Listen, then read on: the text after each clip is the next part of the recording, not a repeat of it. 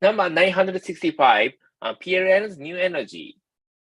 Geothermal, there are several study reports on the resources and reserves of the geothermal power in Indonesia, which present different figures. One of them in the study report of West JEC in 27 Master Plan Study for Geothermal Power Development in the Republic Indonesia. According to the report, Indonesia's exploitable geothermal potential is 9,000 megawatts spread over the 50 fields with a minimum potential of 12,000 megawatts. A more recent study, geothermal pricing and incentive policy study by Castra Rock in December 2010, saw inconsistencies between previous studies by Pertamina 1999, Volcanological Survey of Indonesia 27, West JEC 27, and WGC 2010, and approaches lead to overestimate.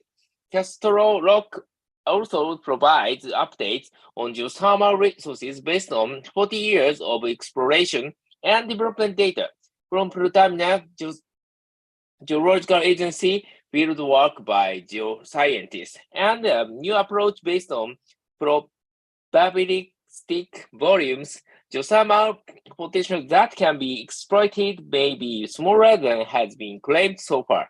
Based on data from the 2019 Handbook of Energy and Economic Statistics of Indonesia published by the Ministry of Energy and Mineral Resources, the total geothermal energy potential is 23,965 megawatts, consisting of 9,339 megawatts of resources and 14,626 megawatts of reserves. The distribution of geothermal potential per island is shown table 3.3 and table 3.4.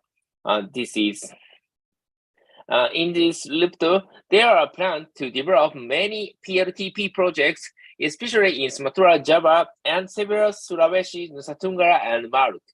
In the government's assignment to PLN to develop power plants that use renewable energy, coal, and gas in accordance with President Regulation Number 4 of 2010, as amended twice by Presidential Regulation Number 194 of 2014, and Minister of Energy and Mineral Resources Regulation Number 4 of 2020 concerning the second amendment to the regulation of the Minister of Energy and Mineral Resources Number 50 of 2017 concerning utilization of renewable energy source for the provision of electricity. Most recently with the Minister of Energy and Mineral Resources Regulation Number 40 of 2014, there are nearly 4,000 megawatts of PLTP projects. In fact, the PLTP project did not run as smoothly as expected, and PLN hopes that problems that hinder geothermal development can be resolved immediately. In addition, as an effort to support breakthroughs in accelerating the development of renewable energy, especially geothermal energy, PLN provides opportunities for business entities to be able to partner in developing geothermal prospect areas, both in areas that have been assigned to PLN as holders of geothermal permits and to business entities that receive geothermal preliminary survey and exploitation assignments. The purchase price for electricity from PLTP is in accordance with Minister of Energy and Mineral Resources Regulation Number 4 of 2020 concerning the second amendment to the regulation of the Minister of Energy and Mineral Resources concerning utilization of renewable energy sources for the provision of electricity, and Minister of Energy and Mineral Resources Regulation Number 37 of 2018 concerning opening of geothermal working areas, provision geothermal permit, and assignment of geothermal business. The PLN PLTP development pattern that is currently known is as follows. First, PLTP total project, namely a geothermal working area, project owned by PLN, where exploration and funding and development and operation are carried out by PLN. For example, PLN Turuhu, PLN Urumbu, PLN Mataroko, etc. Second, PLTP upstream, downstream, namely project where geothermal steam is supplied by private developers through steam and purchase agreement. While PLN carried out EPC and O&M PLTP, for example, PLTP Kamonjan units 1, 2, 3, PLTP Gannun Salak units 1, 2, 3, PLN Urulais unit 1, 2, 2. And the strategic plan for accelerating the development of geothermal potential to be carried out by PLN is as follows. First, partnership development as PLN WKP. Second, partnership development at WKP IPP. Third, development of partnership to optimize existing constructs, so the utilization of existing wells and binary and small-scale technology. Fourth, development of partnership in the forms of flagship with research institutes to increase TKDN. Geothermal consolidation. PTPLN has a high commitment to realize the target of 23% of the EBT mix in 2025, where as of 2021, this target has only been achieved 11.5%. One of the efforts being carried out is collaborate with all elements in the electricity ecosystem, one of which is in the geothermal sector. PLN continues to develop the 11 assigned WKPs, increases PLTP utilization by developing small-scale PLTPs, and carried out a strategic program to consolidate geothermal assets to achieve benefits through those increasing fund capability that are balanced with the three principles for national energy security, namely supply security, economy, and emission levels. The geothermal consolidation combines power plants assets owned by PLN and its subsidiary, PT Indonesia Power, with WKP assets owned by PT Pertamina Geothermal Energy, wherein PLG Group will become one of the stakeholders of PTPGE. From this merger, a new power purchase agreement was formed between PLN and the consolidating entity, with details according to the table below. Water power. The potential for hydropower in Indonesia, according to the hydropower potential study in 1983, was 75,000 megawatt, and this figure was repeated in the hydropower inventory study in 1993. However, in the report of the master plan study for hydropower development in Indonesia by Nippon Koei in 2011, the hydropower potential after undergoing further screen 29 was 26,321 megawatt, consisting of projects that are already operating 4,338 megawatt, projects that have been planned and under construction 5,956 megawatt, and new potential 60,027 megawatt. In the 2011 study report, the potential for hydropower is classified into 4 groups according to the level of difficulty in terms of forest status, residential area of inundation, ranging from not very difficult to very difficult. In the realistic scenario, there are only about 8 gigawatts of hydropower that can be built. Based on this, this study recommends a list of candidate hydropower projects as shown in table 3.6. In addition to hydropower that needs further study, there is a cooperation plan for the development of hydropower PLTMH by utilizing dams belonging to the Ministry of Public Works and Public Housing to accelerate its development in Indonesia and reduce the risk of obstacles that arise in the process of development and management. With an infrastructure provision scheme though the public-private partnership framework or a cooperation where the PUPR ministry builds the dam and PLN builds the power plant. And the list of cooperation plans is shown in table 3.7. The purchase price of electricity from PLTA is regulated, though the regulation of the Minister of Energy and Mineral Resources number 50 of 2017 concerning utilization of renewable energy sources for the provision of electricity to regulate the mechanism for hydropower development by IPP according to the Minister of Energy and Mineral Resources Regulation number 50 of 2017 is carried out through direct election mechanism. Prior to carrying out the direct selection mechanism, PTPLN will compile a list of selected providers. The DPP PLTA process is carried out to get developers who have the qualification according to the requirements and will then follow the direct selection process. The things that are still an obstacle in the development of hydropower by PLN and IPP include, among others, the existence of overlapping licenses in watershed and difficulties for developers to obtain funding. The purchase price, PLTM and PLTMH. The development of mini and micro hydropower plants is expected to grow competitively considering the regulations regarding the development of PLTM MH. Per MH are already very supportive.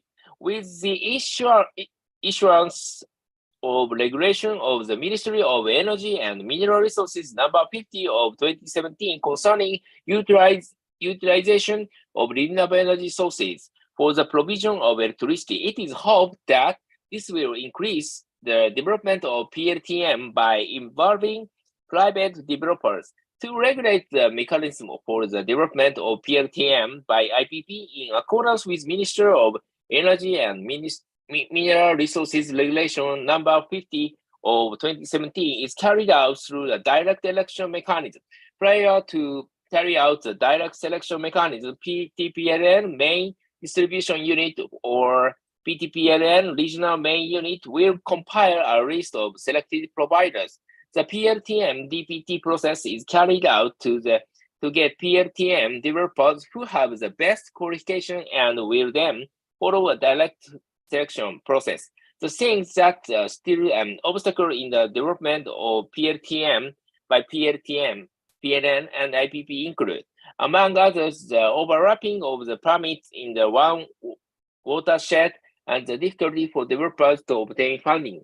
The solution of solving these problems is through those efforts to improve the license database system at the authorized central regional government and improve the quality of the feasibility study document and power purchase agreement document to make it more bankable. PLTS.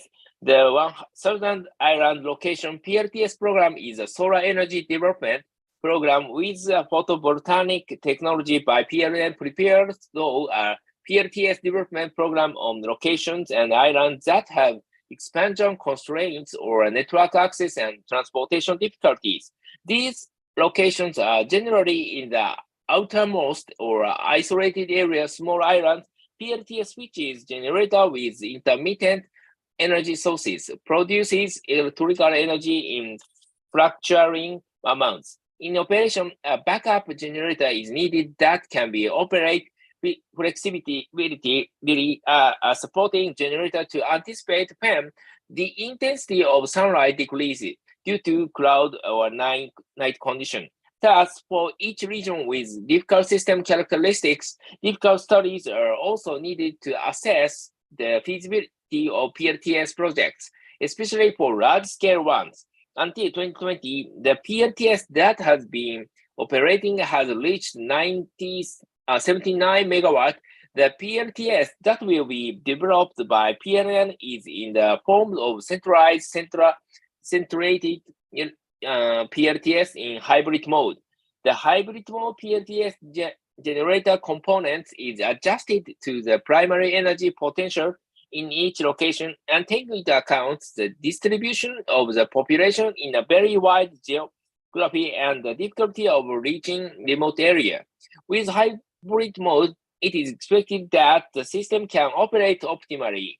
The hybrid configuration is not only planned for locations that will only have electricity, but also for placing and operating PLTS together with PLTD and or other types of generators at locations that already have electricity in hybrid mode. The PLTS development is intended to increase electrification ratio remote areas as soon as possible, reduce the use of fuel that is still served by PLTD, and reduce the BBP in certain areas where the cost of transporting fuel is very expensive. And as an effort to support breakthroughs in accelerated development of renewable energy, especially solar energy, PLN has begun to utilize hydropower reservoirs, especially those built by PLN for PLTS installations, such as in Silata. Apart from that, there are also opportunities to cooperate with other business entities by utilizing rail, LRT, MRT, corridor, and toll road for PLTS installations.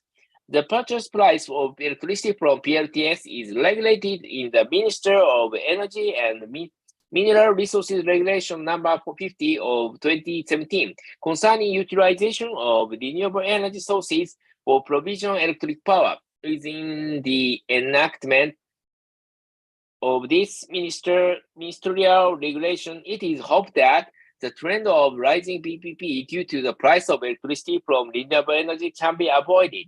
One of the solar photovoltaic energy technologies that is currently being developed is the technology of solar power generation on the roof of building or a PLTS rooftop.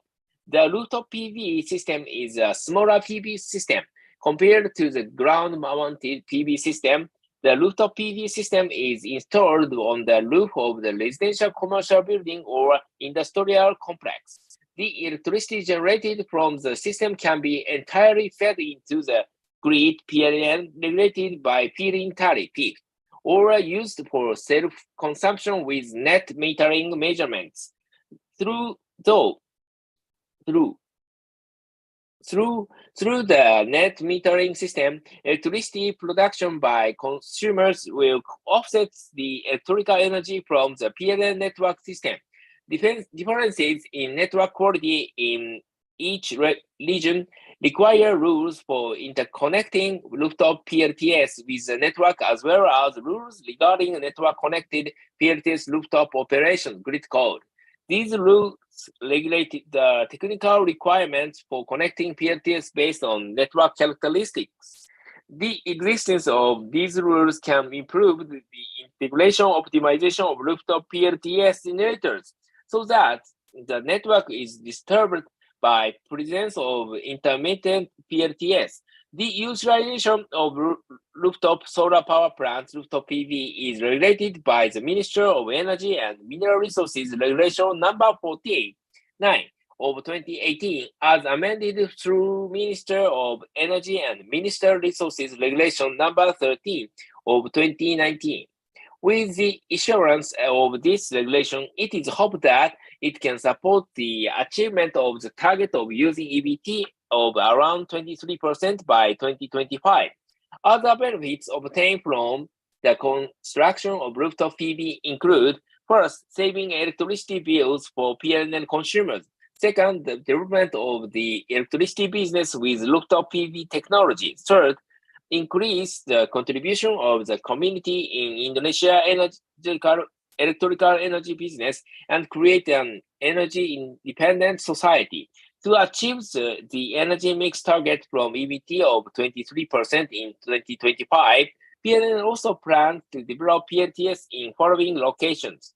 First, EX mining land utilizing land areas, including EX mine that are no longer operating or others for the development of PLTS. Based on the identification of available land areas, PLTS development potential of 435.5 megawatts can be obtained included first South Sumatra with 27 megawatt, second West Sumatra with 50 megawatt, third South Kalimantan with 12.5 megawatt, fourth East Kalimantan with 346 megawatt.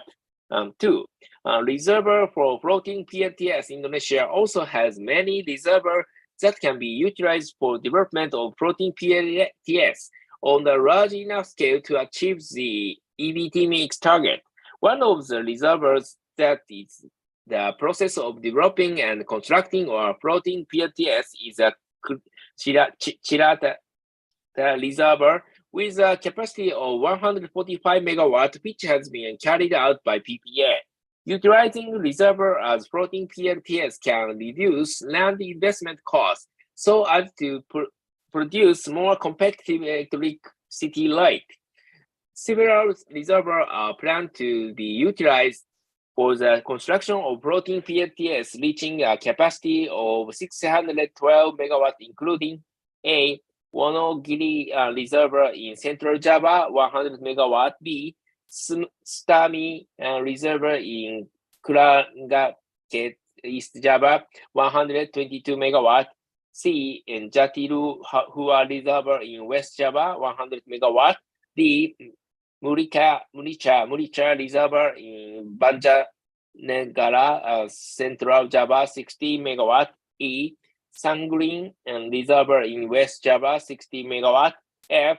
Wono Rejo Reservoir in Tunggung Agung, East Java, 122 megawatt.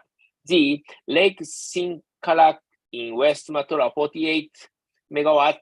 What needs to be considered in the development of floating PLTS includes the difficulty level of operation and maintenance of floating PLTS compared to land-based PLTS. Third, development of PLTS at PLN's existing power plants. At PLN's existing power plants, PLTS will also be built with the aim of reducing self-use energy, with the development potential of up to 112.5 megawatt, consists of 87.5 megawatt in Java and 25 megawatt outside Java. City garbage. A PLTS generator is a power plant that uses fuel derived from municipal waste located in a financial disposal site owned by the region government. In addition to PLTS, alternative to utilizing waste for energy can be processing waste into the mixed fuel at a coal-fired power plant, or known as co-farming. The government encourages the use of energy derived from municipal waste, with the main aims of solving the waste problem in cities that are experiencing a waste emergency by using the following types of technology: thermal treatment technology and non-thermal treatment. PLN supports government programs related to the utilization of waste for energy in 12 cities, namely, etc. The PLTS procurement process for the 12 cities will be carried out by the regional government through actions or direct appointment to business entities. That's all.